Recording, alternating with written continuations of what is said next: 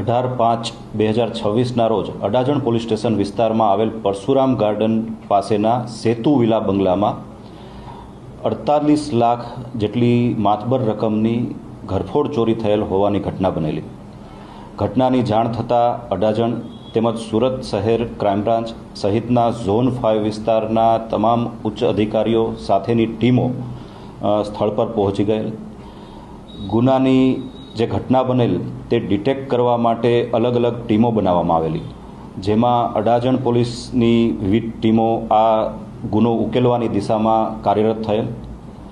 100થી વધુ CCTV footage check કરતા ઘરફોડ ચોરી કરનાર આરોપીના વાહનની ઓળખ પ્રસ્થાપિત થયેલ, જેના આધારે આરોપી સુધી પહોંચવા માટે વિવિધ કામગીરી હ્યુમન ઇન્ટેલિજન્સ તેમજ ટેકનિકલ ઇન્ટેલિજન્સના આધારે કામગીરી શરૂ કરવામાં આવેલી.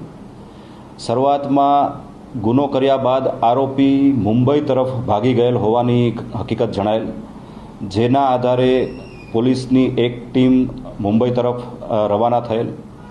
આ દરમિયાન જે ચોરીમાં લેવામાં આવેલા રૂપિયા જે આરોપીએ સુરત ખાતે જ એક ખંડેર મકાનમાં છુપાવીને નાસી ગયેલ.